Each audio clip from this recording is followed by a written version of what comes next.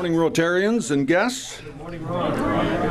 I'm Ron Strobel, the Sergeant at Arms, and for those of you that have forgotten me, I'm back. The invocation this morning is by Liz Ramsey.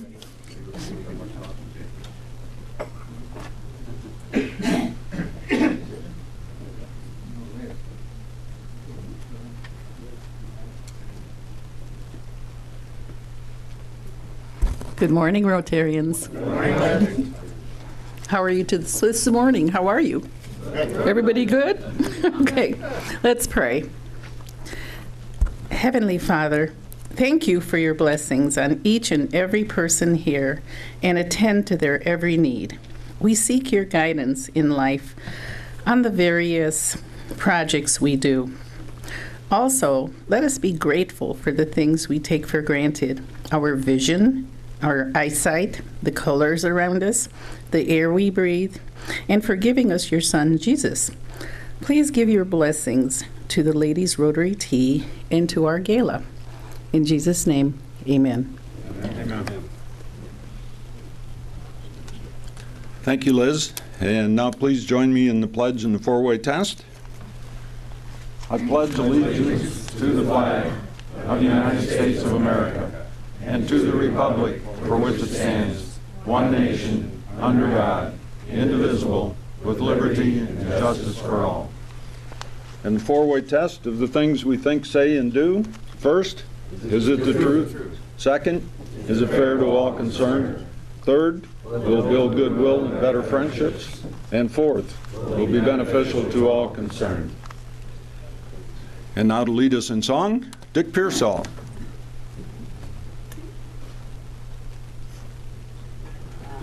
In 1912, three fellows got together. Alcott and Graff wrote the words, and Mr. Ball came up with the tune. And none of them were Irish. But they wrote When Irish Eyes Are Smiling, and we're going to just sing the first verse today. I'll lead you through. When Irish eyes are smiling, sure it's like a morning spring. And the lilt of Irish laughter, you can hear the angels sing. When Irish hearts are happy, all the world's in pride and gay. Now watch it. And when Irish eyes are smiling, sure they'll steal your heart away. Be going to you.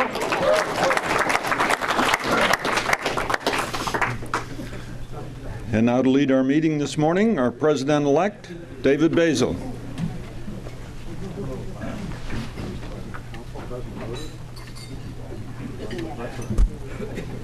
Thank you, Ron. I'm standing in for President Joe, who is away today. Good morning, Rotarians and guests. Welcome. Glad to have everybody with us. Next up, Chris Barker to introduce guests. Good morning, Rotarians. Good morning, if you would please join me in greeting our guests today. If they would please stand up, we have the service learning co-teachers, Lonnie Banner and Jamie Cosman. And I know they have a student with them today. And also helping us on AV is Jessica. Thank you.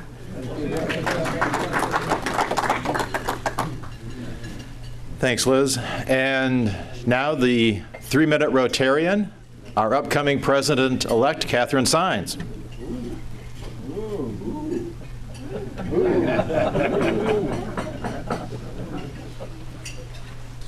Good morning, Rotarians. This morning I'm going to start out, I know we're supposed to be 3 minutes, so I'm going to I talk fast, so I'll try to be 3 minutes. But it used to be at one point I wouldn't share a lot of my life with people, but now I'm proud, so bear with me for a minute or two. I started out in a rough life. I grew up in Trumbull County. My dad was very abusive. My mother died when I was 9, and thank God for grandparents who raised me. I came from a family that was very poor, and when you got out of school, if you graduated, you went straight on and got married and had kids, which I did. So at 18, I got married, had 3 kids right away, and at age 30, I ended up divorced. So I went to college with 3 kids and single. Went straight through and got my master's. So It was tough, but I can remember when my son got older, he said, it can't be too rough. Mom just did it. So during that time, when last year I tutored, I also worked the whole time I went to school with the kids, and I tutored students who were having trouble with statistics. So I was tutoring a student that was a treasurer of a school district, had no idea what that was. I tutored her through, and she kept saying, you understand a lot of this, you ought to do it. So I did an internship with her when I was finishing up my master's degree. And she got another job, and I got a job in Trumbull County, in northern Trumbull County, where there's a lot of Amish, and I was there 13 years. Then I got a job at Cuyahoga Falls, was there 7, and now I've been here almost over 4. So during that time that I was at college, I also worked the switchboard in the evenings. I would take my kids that either do their homework in the library or at the switchboard. And I became friends with a professor who would stop and have coffee and talk to me every day.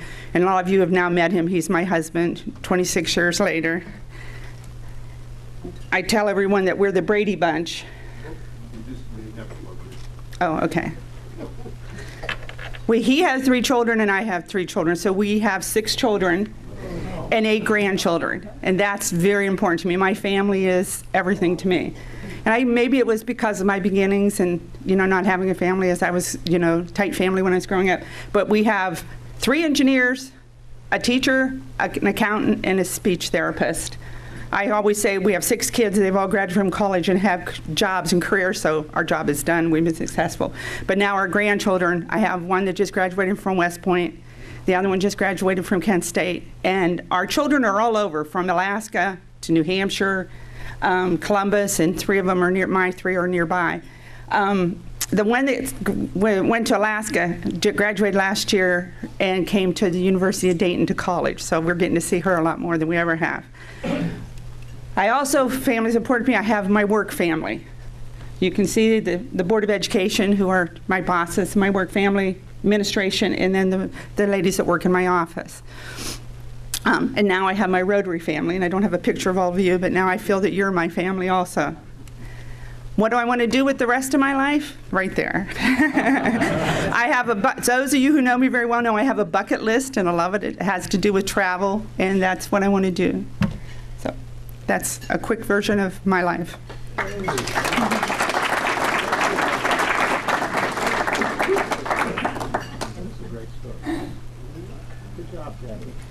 Thank you, Catherine.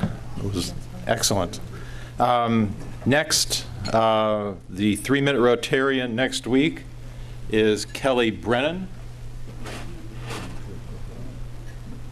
And we need to draw a name for March 30th. If I can get the lid off.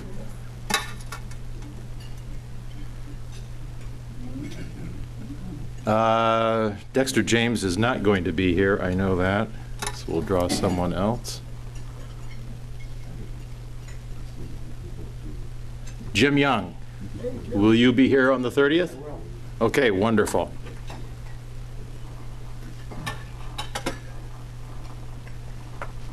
And just a couple of real brief announcements. Mention real briefly about the ladies' royal tea. If you have any questions, you can see Liz Ramsey. I know that she sent out invitations and would appreciate responses. James Field has just a couple of brief comments about Relay for Life. And then Evan McCauley has a couple of words he wants to share about the gala. Good morning, Rotarians. Well, you know why when people ask what are my best accomplishments on the school board, I list hiring Phil, hiring Catherine. And I could pretty much stop with that and rest on that. So anyway, thank you so much for those who have already brought wine. The wife and I really thank you. No.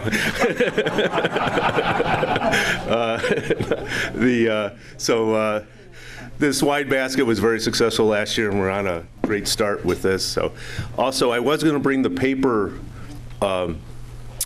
entries to be members of the team, but I didn't. I was going to pre-fill them out with some of the information, so I'll bring those next week.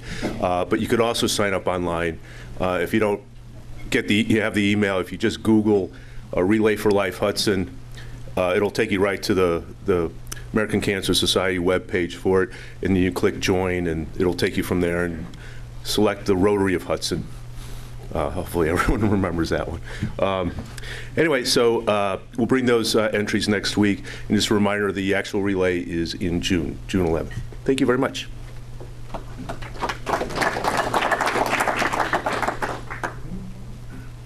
All right, a quick gala update. Tom Tobin has sent out the letters to all of the donors that are in your packets. So all of those donors are aware that you'll be contacting them and reaching out for the gifts. Thank you to those of you that have submitted gifts already. We're off to a great start. And just one thing that I wanted to mention, on the donor forms that you have, all of the donor information, the name, the contact information, it's all pre-filled. If you need to make an edit on there, you can just cross that off and write the correct information so that we have that next year and going forward. And if you need any blank donor forms or have any questions, contact either your team captain or myself. Thanks a lot. And the deadline for submitting gifts is April 15th. So if we could do this by April 15th, that would be wonderful. Thank you.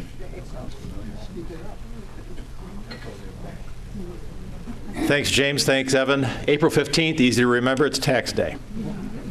So an easy deadline to remember.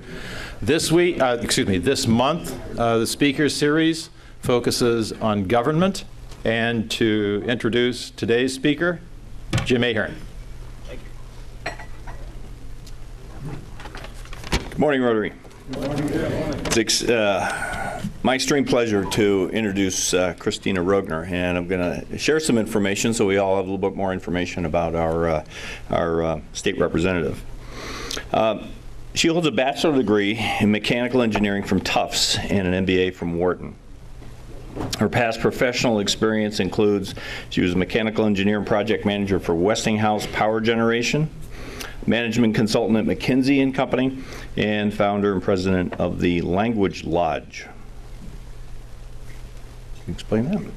Christina was elected twice to Hudson City Council, where she served as an at-large member from 2005 to 2010. During her time on council, she was the liaison for the Hudson Park Board, Hudson Cable Television Advisory Board, as well as the Hudson Economic Growth Board. She served on several boards, Seton Catholic Schools Board, Children of Ubami, a nonprofit organization dedicated to support HIV and AIDS orphans in Zambia, and is currently on the advisory board for Hudson Community First. She's a part of Hudson Leadership Class of 2007 and which started the Hudson Farmers Market. She also created Picture Hudson, the coffee table book she produced and was donated with donated photographs along with Liz Murphy and Keith Curley. All proceeds were donated to charity. She was elected state representative in 2010, 2012, and 2014. She will serve as the 37th House District, which includes Hudson Stowe, Twinsburg, Macedonia, Silver Lake, Monroe Falls, Northfield, Reminderville, and Ward 8 of Cuyahoga Falls. In Columbus, Christina serves on the Commerce and Labor Committee, and she is the Vice Chair of the Public Utilities Committee, as well as the Co-Chair of the Energy Mandates Study Committee. She lives in Hudson with her husband Eric and 3 daughters, Catherine, Caitlin, and Christine, all of whom attend Hudson City Schools. Christina, it's a pleasure. Thank you.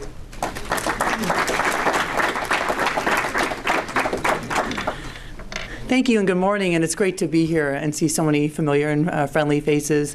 I am Christina Rogner. I am your state representative, and this morning I'd like to talk about a couple things. One, well, actually, let me go right into it here. So as you mentioned, I'm the co-chair of the Energy Study and Mandates Committee, so I'd like to tell you a bit about what I've been working on that. Charter school reform, that was House Bill 2. That's a bill that I sponsored to address the issues of transparency and accountability for Ohio's charter schools, and we'll do a deep dive into that. And then take sort of a step back. Normally I do overviews and then I do deep dives. This morning we're going to do it differently. I'm going to do those 2 deep dives first, and then number 3 is the overall accomplishments of the 131st General Assembly. And then I'm just going to go over some of the bills that I've been sponsoring. And of course, I'll be happy to answer questions as we go along. So feel free to just raise your hand and I'll be happy to answer. Ohio's renewable mandates. All right, so let me back up.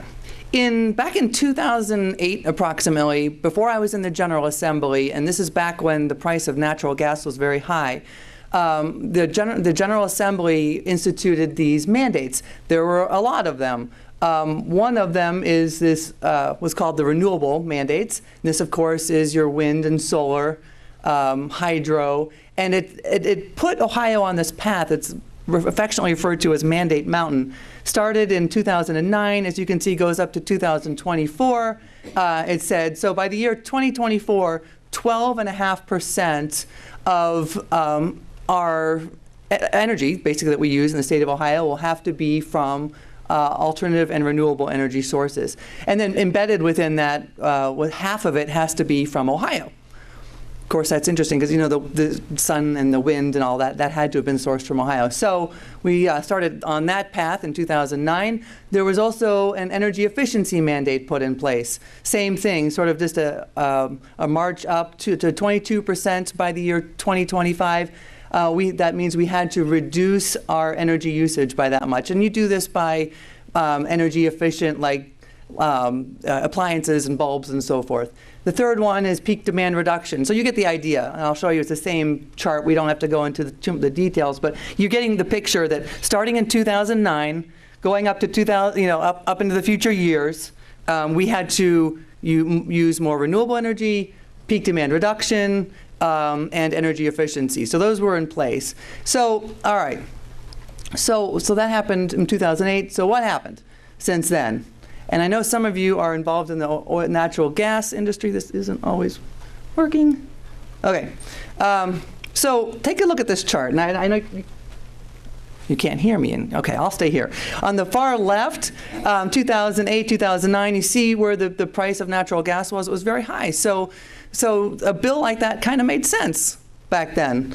But as you see what happened, this is the price of natural gas in the NYMEX. It came crashing down. We were blessed in Ohio at the Utica and Marcellus Shale. It's become very abundant. The price has come way down. But meanwhile, because of the bill that had been passed in 2008, we were saying we have to use more wind and solar. And so the General Assembly passed this bill. It was called Senate Bill 310, and this was passed about a year and a half ago.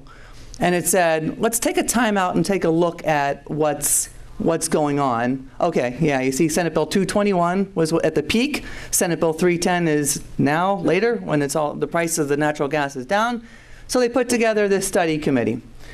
And here we are. So it was called a joint study committee because it's members from the Senate and members from the House. You see on the top row are the members from the House. On the bottom row are the members in the Senate. In the middle were the chairs.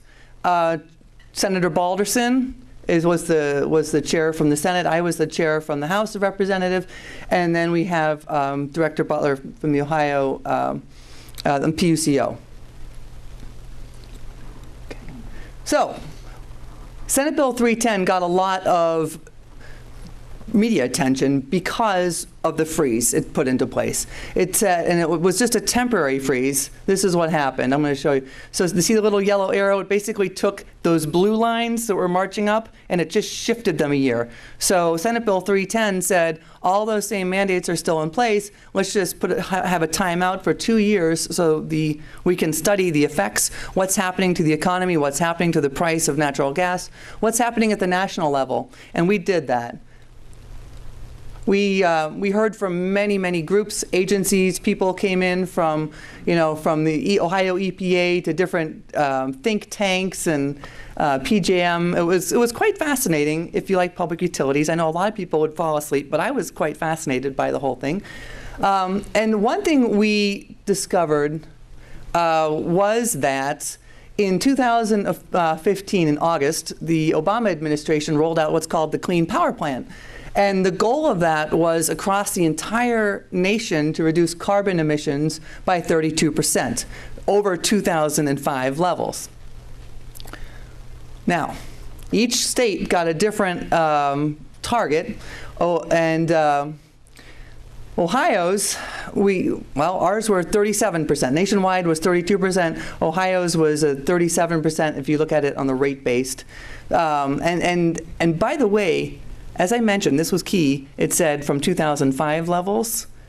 If you recall, we'd been reducing our usage and using more renewable energy since 2008 when we had passed 221. None of that is going to be counted or would be counted. So that's a problem for Ohio.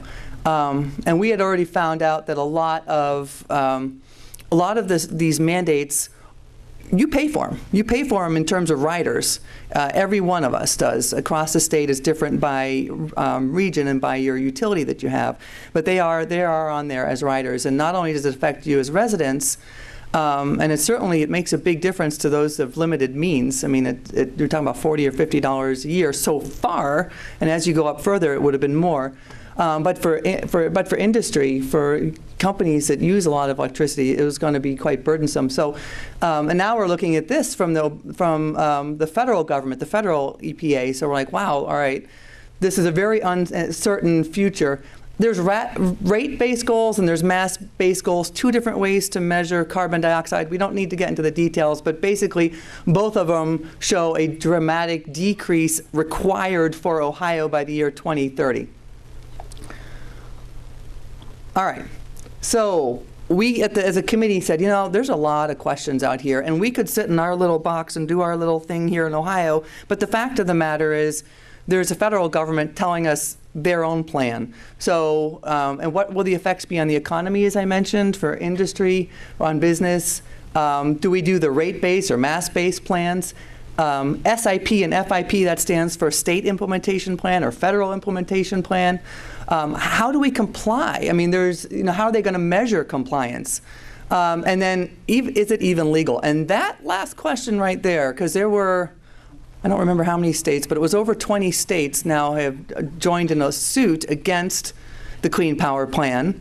So the states themselves are suing.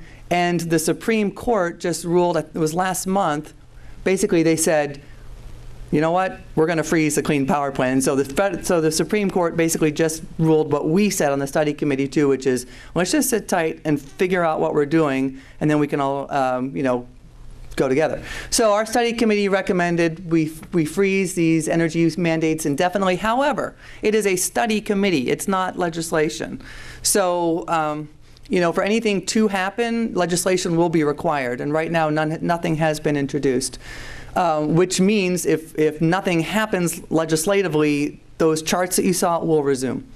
So we'll see what happens. Stay tuned. And I imagine when I come back in November, I'll be back in November, or actually October, that I can give you guys an update on that one. All right. So that was energy study. So those are the mandates. Now I'm going to switch gears entirely and talk about charter schools. Charter schools, when I first ran for office, I didn't know much about charter schools. We don't have any charter schools in the state of Ohio. We've been blessed with amazing schools in Ohio, both public and private. All three of my girls are in the Hudson public school system, and they love it. So to me, it was really not on my radar. But when I got down into Columbus in 2011, I was on the education committee for several years. I heard so much about charter schools. I'm like, what's going on? What's the problem? And these were just a couple of the headlines. I just looked, yesterday, I just Googled charter schools in Ohio, and this comes up. Ohio's charter school performance is grim. It needs state attention. Ohio is the wild, wild west. We heard that a lot down in Columbus. Just both the performance and, just transparency, accountability, it's just kind of crazy. Now, there are a few charter schools that perform well, but there are a lot of bad apples too. And unfortunately, those bad apples are ruining the bunch. And of course, troubled Ohio charter schools have become a joke literally in the Washington Post. This is national news. Ohio, unfortunately, had become the laughingstock of the nation when it came to charter schools.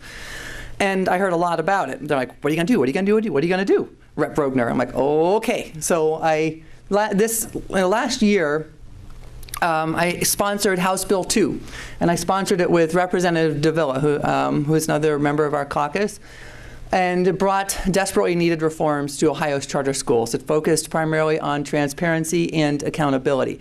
These bills are a couple hundred pages each. The summary of House Bill 2 is 44 pages. The summary of the summary is 9 pages. So I did my best just to pull out a couple of the, and I've got the summary of the summary. It's 9 pages if anyone's interested right here. But it addresses some of these topics. Everything from the contracts between the sponsors and then the governing authority, which is like their board of directors, to the evaluation system, to the big one is community school operators. That one seems to get a lot of attention in the past several years, decades really, because a lot of them are for profit, and so much money is spent with these operators, and it's been kind of a black hole. So one of the things that I fought really hard for, and I was able to get into the bill, which you'd be surprised. You'd think if it was my bill, it would be easy to get things in. It's not. I mean, once you submit a bill into a committee, it really becomes, it's owned by that committee, and then it sort of takes on a life of its own. But I was successful in getting into a provision. I'll do a little deep dive here, which says if a school spends more than 20% of their money, a charter school, if a charter school spends more than 20% of their money on any one line item, i.e. an operator, then we need to have basically this expanded footnote which details how then that money is spent. Benefits, salaries, supplies. I mean, it's still generally basic stuff, but it'll provide more transparency into how that money is spent. So I was very proud that we got House Bill 2 passed. I think it was long overdue, and we got a lot of good press for that. And it passed in October. November, December, January. So it takes 3 months for a bill to go into effect. So this bill just recently went into effect. So hopefully we'll be seeing some of the positive changes come out. So thank you, Catherine. Thank you. Yay! Yay! All right. So those were 2 deep dives into energy mandates, something I spent a lot of time on in Columbus, and House Bill 2. That's something else I spent a lot of time on in Columbus this last year. But overall, if you talk to the Ohio House of Representatives, they'll throw out these as sort of actually in the Senate too, they'll throw out these as sort of the highlights of this General Assembly. The first one on the list, I'm proud to say, is House Bill 2, the charter school reform. Then you have House Bill 3, which is a small business filing fee reduction. It doesn't sound like much, but we reduced filing fees from $125 down to $99. But the results were staggering. And I've got the numbers here. So after House Bill 3 passed, it was 9,700, so almost 10,000 new businesses registered with the Secretary of State's office in 2015.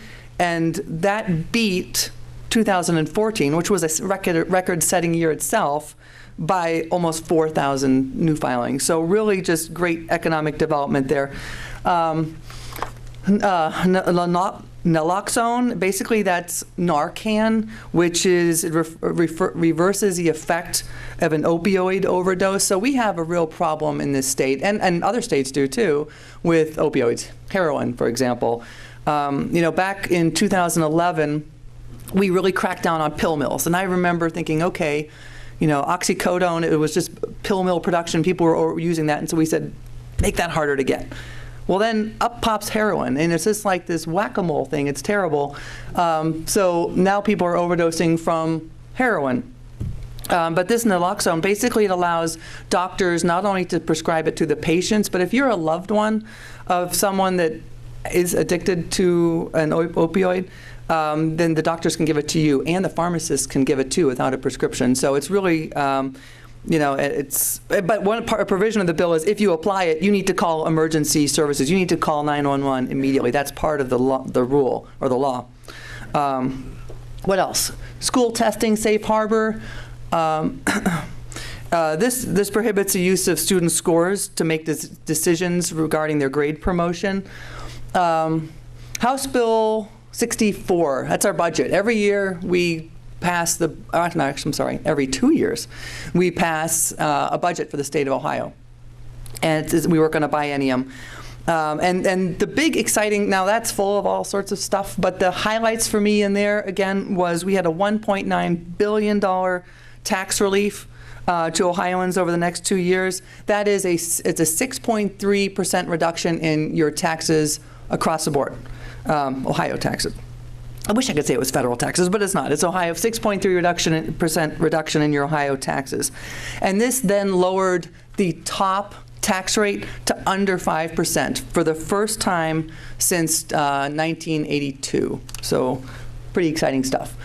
House Bill 294, it was a bipartisan bill. One Republican, one Democrat sponsored this bill. It was basically to defund Planned Parenthood. It says that it directs any state tax money away from performing any non-therapeutic abortions. Senate Bill 1 and Senate Bill 7, both obviously Senate bills. Senate Bill 1 addresses the water quality, so it worked with the farmers as they apply their fertilizers. There were different rules and regulations put in place to try to minimize the effect of those fertilizers flowing eventually into Lake Erie and causing these toxic algae blooms. And then Senate Bill 7 basically banned powdered alcohol and caffeine. And you know that I didn't even know you could powder alcohol until this bill came up, so that was news to me. All right, let me go one more page here, and this is our last page, and then I'm going to slow down. So these are the bills I've been working on this General Assembly. Some of them, I do have more, but this is a bunch of them. House Bill 2, I already mentioned, charter school reform. House Bill 131. Was motor vehicle carrier transportation agreements. What's that? That is basically, so there are these stations, and there's trucks that come to like fill up at these stations, say for example, and the stations are big, and they would say to the trucks, if we do, in their contracts, they say, if we do anything wrong, we're not liable. If you do anything wrong, we're not liable. And the truck's like, what? So all this did is said, listen, if you're at fault, you're liable. Which is pretty common sense. House Bill 114. This was fun because this came from a Hudson resident. You guys heard of Bill Kushwa? So he has this device for school safety. Let me back up. When we were kids, this wasn't even a topic. And it shouldn't have to be a topic now. When we were young, schools were a safe place. Doors were open. You could come and go. Windows were open. I mean, it was never in my wildest dreams when I was in school did I ever think school was anything but one of the safest places there could be except for being home. But it's not the case anymore. And schools go through these drills now, not only tornado and fire drills, but now they have these, what do you call them, Kathy? Safety drills for, intruders. Yeah. So they have procedures, and what the procedure is, if you can get your kids to safety, you leave, you do that, number one. If you can't, and there's no other option, you have to barricade yourself in the classroom with your kids, with your students, and by any means necessary. And so you've got, across the state, you had teachers, bless their heart, pushing desks and chairs and file cabinets, whatever they could to block these doors. Well, that, of course, as you can imagine, causes a problem because then you can't exit if you have to, because then you got to move all these chairs and desks, and it's a hazard in and of itself. Well, we have so these devices people have been creating these.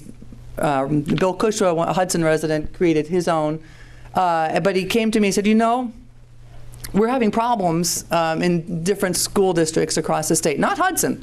Hudson, I am very proud to say, said, you know what? Priority is number one. Safety is a number one priority of our children here, and we're not going to wait for the legislature to pass any rules or laws. We're going to do it ourselves. And so Hudson did the right thing, and they just went ahead and installed these. But the rest of the state was struggling with it. And so I came up with this bill, and it was a bipartisan bill. I asked a Democrat to sponsor it with me, and she did. Her name is Heather Bischoff. She's a wonderful lady. And it was House Bill 14, which basically would then clarify that you can use these devices. And they didn't wait for it to get all the way. It passed the House, but we didn't wait for it to get all the way through the Senate. It was absorbed into the budget, word for word, and so it became law right away. And the budget also doesn't have that 3-month waiting period, so we're very happy that one got passed. Of course, the other two above it are also law as well. House Bill 117 is a bill that I sponsored, which basically says it's a pro-life bill. It says after the baby can feel pain, which is 20 weeks, then then you should not perform an abortion. That is in a committee right now. The House Bill 227 is a cosmetology reform bill. Also, again, a very common sense bill brought to me by some businesses, small businesses, cosmetologists. Here's something, a little factoid for you. Now, the bill itself has lots of reforms, but the big sort of hallmark of it is in the cosmetology industry, you have to have a license to manage a salon. Name for me one other industry where you have to be licensed by the state to manage a business. An accounting firm. You have to. Okay, you got me. I have not heard that one. But there was hard pressed to find any other industry where that is the case. Now, well, you have to be right now. Get doctors, nurses, EMTs have to be licensed. But let me point out that. And I wish I could. To be a cosmetologist manager, you need 1,500 hours of training. 1,500 hours of training. To be a licensed paramedic, I can't remember exactly, but it's approximately half of that. Approximately half of that to be a licensed paramedic. So it puts that in perspective. So anyway, so that bill passed. It has a companion bill. So there's a Republican and a Democrat in the Senate, and there's a Republican and a Democrat in the House. I'm the Republican on. And we both have the exact same bill. It passed the Senate unanimously, and it's coming to the floor of the House shortly. So that bill should become law very soon.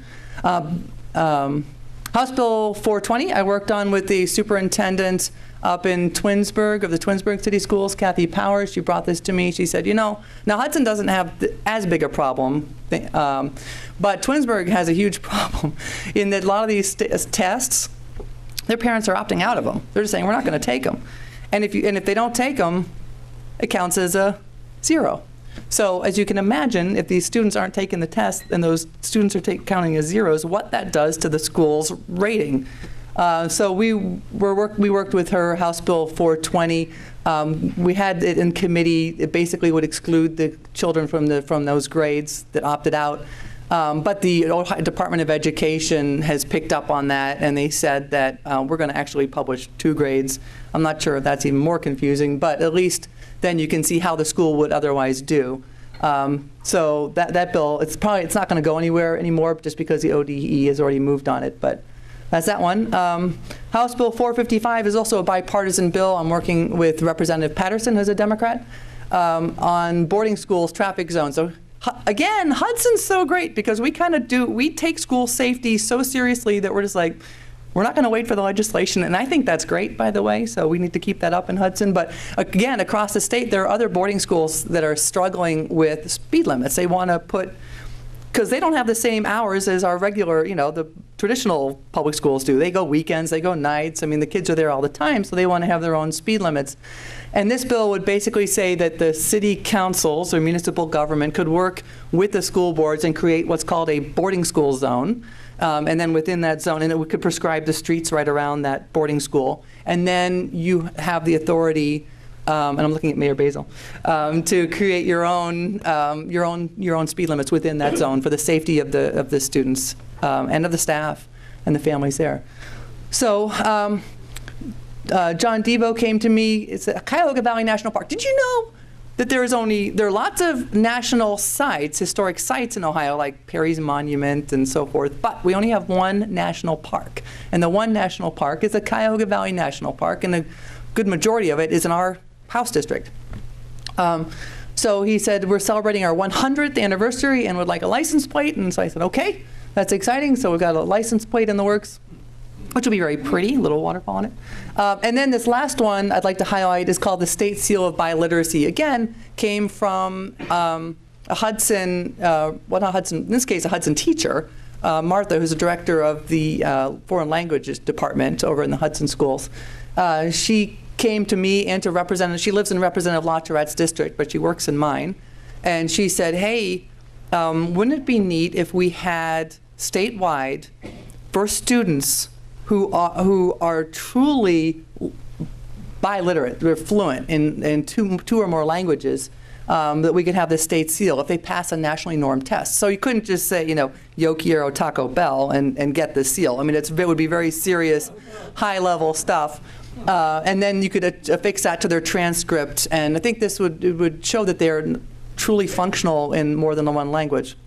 So I think it's something very real. It could help our students as they apply to colleges, as they look for jobs. I mean, it's just a very neat, fun thing. So for me, while it's fun to work on these high-level things like charter school and, you get a lot of the headlines, what really I'm passionate about are these little common sense things that people from the district bring to me, and they're fun to do, and they make a difference in the lives of our residents. I'm going to stop there. I cannot see the clock, so I apologize if I've gone over, but I'd like to just stop and ask for questions.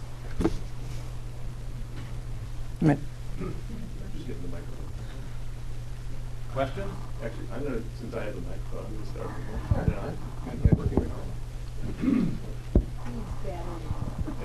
Okay. First of all, thanks on behalf of the school district for all the work you've done. And I got to say to everyone, it's a great relationship. Phil and Catherine and others work closely with Christina. And so as we do stuff, we give our thoughts and ideas. We really appreciate that. We probably could have a whole another session about charter schools, and maybe that's something we'll schedule down the road. But one question I have is, so all the reforms that you've developed, there are interests throughout the states who may try and water those down, and what do you do to sort of make sure that those stick? Yeah, thank you. So I've seen also in the press some talk about trying to water those down, and I will fight those. I mean, I worked hard to get House Bill 2 passed and to have it as strong as it is. I mean, it's very strong accountability, transparency. It was not easy, and so I will fight tooth and nail to keep these reforms from being watered down. I have friends on both sides of the aisle. I am no longer on the Education Committee. I served 2 terms on it, but I do have a lot of friends on that Education Committee and on both sides, and I've said to both of them, I go, you let me know if anything is going to happen to try to water these down, and I will do everything I can. I'll vote against the bill if it comes to that. I will gladly vote against the bill. Christina. Yes. Congratulations, by the way, on your victory yesterday. They hold on just 2 seconds. Thank you very much for that unopposed victory. That was wonderful. You're going to get a new microphone just a second, because I don't think they can hear you. Or you told anyway. Oh, there. Now they can hear you. Right, okay. Since there was an election yesterday, I was wondering if you had any comments you'd like to make. I knew that was going to come. All this. Yeah, I knew it. I was driving here. I'm like, I've prepared all these remarks, and someone's going to ask me about. You're asking about the presidential election, I assume? Yeah. Okay. I've never seen anything like this in my time, and I know I've talked to many of you too, and I haven't found one person that says, "Oh yeah, this is normal. This is what's going to happen." It's really unknown territory, particularly on the Republican side. Now, on the Democratic side, I fully anticipate Hillary Clinton's going to win the nomination. Just appears that way, and Bernie Sanders is giving her a run for her money, but I think she's going to win. On the Republican side, wow, I think we have a serious problem because. Number one, it's fractured, and it's very passionately fractured. I mean, you have people on both sides saying, I will never vote for Trump, I will never vote for Cruz, I will never vote for an establishment candidate. So there is a divide, and I think the old maxim, a divided house can't stand, gives me great concern on this one.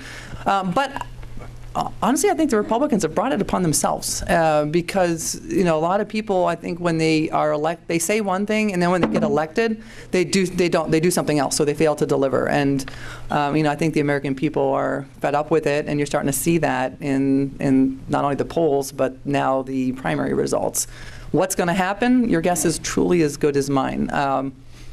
You need 100. On the Republican side, it's 1,237 delegates to clinch a nomination. Right now, of course, Trump is in the lead. Our governor just won Ohio, but that's his first state that he's won. And he's not, known as a strong conservative. He's more of a moderate. So if he gets to the general election, he'll appeal more to the moderates. But he's going to have a real difficult time getting through a Republican primary. But I don't know. I really, honestly can't tell you, and I am as glued to the television set and as I'm sure the rest of you are watching. The results come in and just flabbergasted. So it'll be very interesting. I would say normally it'd be a very interesting November, but I think this is going to be a very interesting summer as we come to the convention and see what happens. One more. We got one here. Hi, Christine. I'm Peter Goheen. Hi, Peter. And by the way, you know, while I was fixing your microphone, I know they only have time for one more, but I can stay after, and I am more than happy to take anybody's questions. Just come and see me afterwards or contact me at any time. I know this is recorded, so my cell phone number is 330-322-5325. So maybe they can put that at the bottom. And yeah, please, I try to make myself as accessible as possible to anyone at all times. Is that I called fixed? on you. All right. I called on you as a member of the county ADM board with Jerry Craig, and I just really want to thank you for your support on the naloxone. Oh. Drugs are a huge problem, and I guess we all know that. But thank you. Well, my pleasure. Thank you. That wasn't a question. Can I have one more? But I liked it. Thank you. I'll take more of those. There's one more. All right. Thank you. All right. Quickie. Thank you. I really enjoy the program, and I'm glad I live in Hudson now. Yay. Oh, thank you. I'm from Pittsburgh. Thank My you. question is, with the abundance of Marcellus and Utica shale gas Mm-hmm. and the low price, have the industries begun to adopt the use of gas versus other forms of energy as we might expect them to? Oh, yes. Oh, yeah. We're seeing more natural gas being put into place. Obviously, they're not building any coal anymore, and they're certainly not building any nuclear. It's just too prohibitively expensive to get around the regulations for either of those. And while there's a lot of green appetite for renewable, and it'll be wonderful to come forward. The fact of the matter is, gas is the cheapest form of energy we have right now, and it's also what's nice about natural gas is for these power plants. And when I was an engineer, I used to rebuild these power plants. That's what I did. So gas you can turn on and off so quickly. It's not like a nuke that takes like a long time to check everything and make sure that thing finally ramps up and then provides wonderful base power. Nukes do. And coal the same way. Just not as bad as a nuke, but it takes a while to get them ramped up and fired up, and then you're making the power. But gas you can turn on and off pretty quickly, and it's low cost, and it has relatively low carbon emissions too, as well, compared to coal and nuke. And so I'll wrap it up because I know I'm over. But so yes, you are seeing more of that. Yes. Thank you very much for having me. Thank you. Thank you, Representative Rogner. That was certainly interesting, and I agree. We are in interesting times. It'll be a very interesting summer, and we're going to be kind of in the heart of it come July. Let's circle back. We have two service learning students with us this morning. So Lonnie, if you'd like to come up and bring the students and introduce them, would enjoy hearing about their service experience.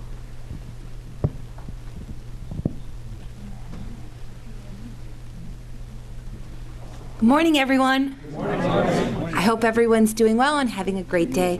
I just want to thank you on behalf of Marty Bach for those of you who have come in to assist with our government presentations in terms of what's going on internationally, nationally, statewide, local, and city. And I think a couple of you are coming tomorrow to hear some bills on or suggestions on a Hudson Rec Center and a canoe rental. But thank you so much for your time and your feedback. We sincerely appreciate it. I've got two fantastic ladies here to talk to you about their service, and they're happy to answer any questions as well. So the lovely Jane will go first. Jane? Hi, everyone. I'm Jane. So my site this semester is the Valor Home, which is a homeless shelter for veterans. It is nonprofit, so it's funded by grants and donations. Let me tell you, there's a lot of donations because I put them away every week. So I spend most of my day working in the office. I go through billing and payroll, making sure everything's right and there's no complications with that. And then I go work in the kitchen. And usually there's one or two veterans there to help out. And so my favorite memory from working at the Valor Home was actually in the kitchen. I was working with one of the veterans, and we were kind of cleaning up after lunch. And he was telling me about, his past and his experiences and everything that he's gone through. And he was, then going on to say how grateful and happy he was to be in such an amazing home with all these amazing guys. He's sober and happy and doing amazing things, and I know he's going to go on and do amazing things. So it was really cool just to, hear what he's gone through and all the opportunities that the home has given him. I've learned a lot from this class, but I think from the home, what I learned is, you know, even when you feel like you have nothing, there's always someone there willing to help you. As long as you're willing to put yourself out there and, you know, ask for help and do what's necessary to get to where you want to be. So I'm hoping to, you know, take all these lessons I've learned from this class. I'm going to be attending University of Cincinnati next year, studying special education. So, yeah.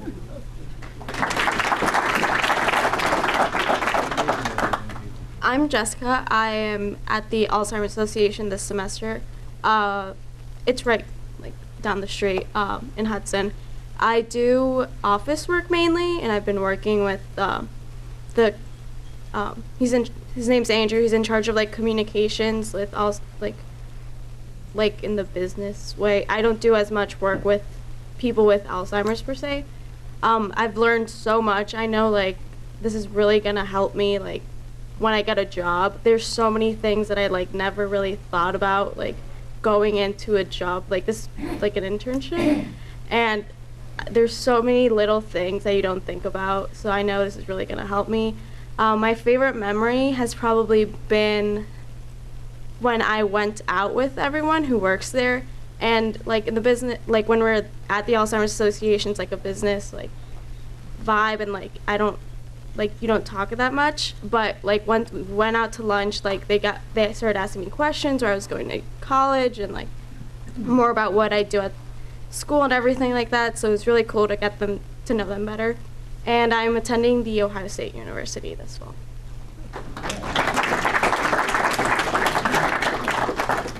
Any questions, friends?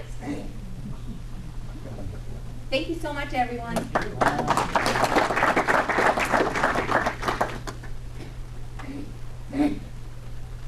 Thanks, Lonnie, Jessica, and Jane. Good luck the rest of your semester in service learning, and good luck next year as you enjoy the University of Cincinnati and the Ohio State University. Next week's meeting, very timely, following up on the last question, or next to last question for Representative Rogner. Our speaker will be Sherry Dahl, and she represents the Republican National Committee, and she'll be here to talk to us about the convention. So that will be, and you may want to return. You'll be very welcome. Trust me, I'm always happy to have you visit with us and share the morning. I work in downtown Cleveland, right on Public Square, and I will tell you the briefings that we are getting, it is going to be an interesting effort to get in to the city at that time, because they're talking about setting up concentric zones of security. Not yet. That's a possibility. This morning, thanks to our greeters, Gail Royster and Mimi Becker, the AV crew, Tom Page, Tom Tobin, James Field, John Hairston, Den Rich, and Ron Barnhouse, and Jessica, who we heard from on Service Learning, has been helping with the AV this morning. So thank you very much for that. A reminder, there is a foundation board meeting today in the Greenwood private dining room at 8:30 following the meeting. And next up was the drawing for the Rotobuck.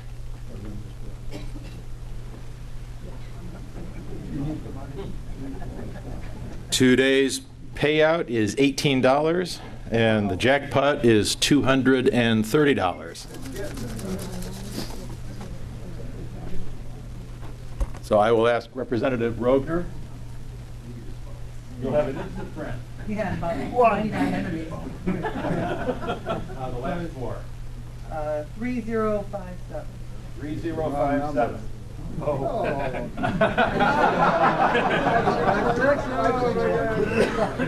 Thanks again to Representative Rogner. Thank you very much. All right. All right. 3057. There you go. Can I retire? Someone call Jeff and Tom.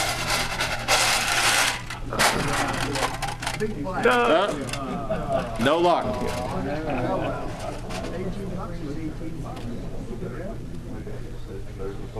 Okay, concluding with a parting thought for the day from an old farmer's advice, and in the political climate that we're in, it may be actually appropriate.